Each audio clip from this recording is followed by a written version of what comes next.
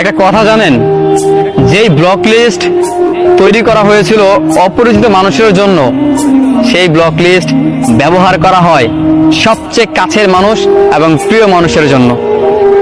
আমাদের পছন্দের মানুষগুলো ব্লক লিস্টে পড়ে থাকে, আর যে অপরিচিত মানুষ যারা, তারা আমাদের লাইফের সাথে সবসময় মিলেমিশে থাকে।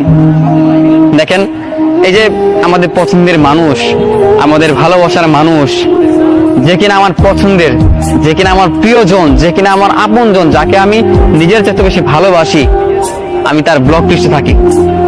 অথচ যে মানুষটার সাথে তার কখনো পরিচয় ছিল না, একজন থার্ড পার্টি বা থার্ড পার্সন যেটাকে বলা হয়, সেই মানুষটার সাথে তার কতই না মিল।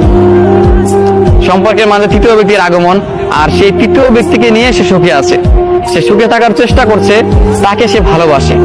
তবে আমি কি তাকে ভালোবাসিনি? অথচ আমার জায়গা হলো সেই ব্লক লিস্টে।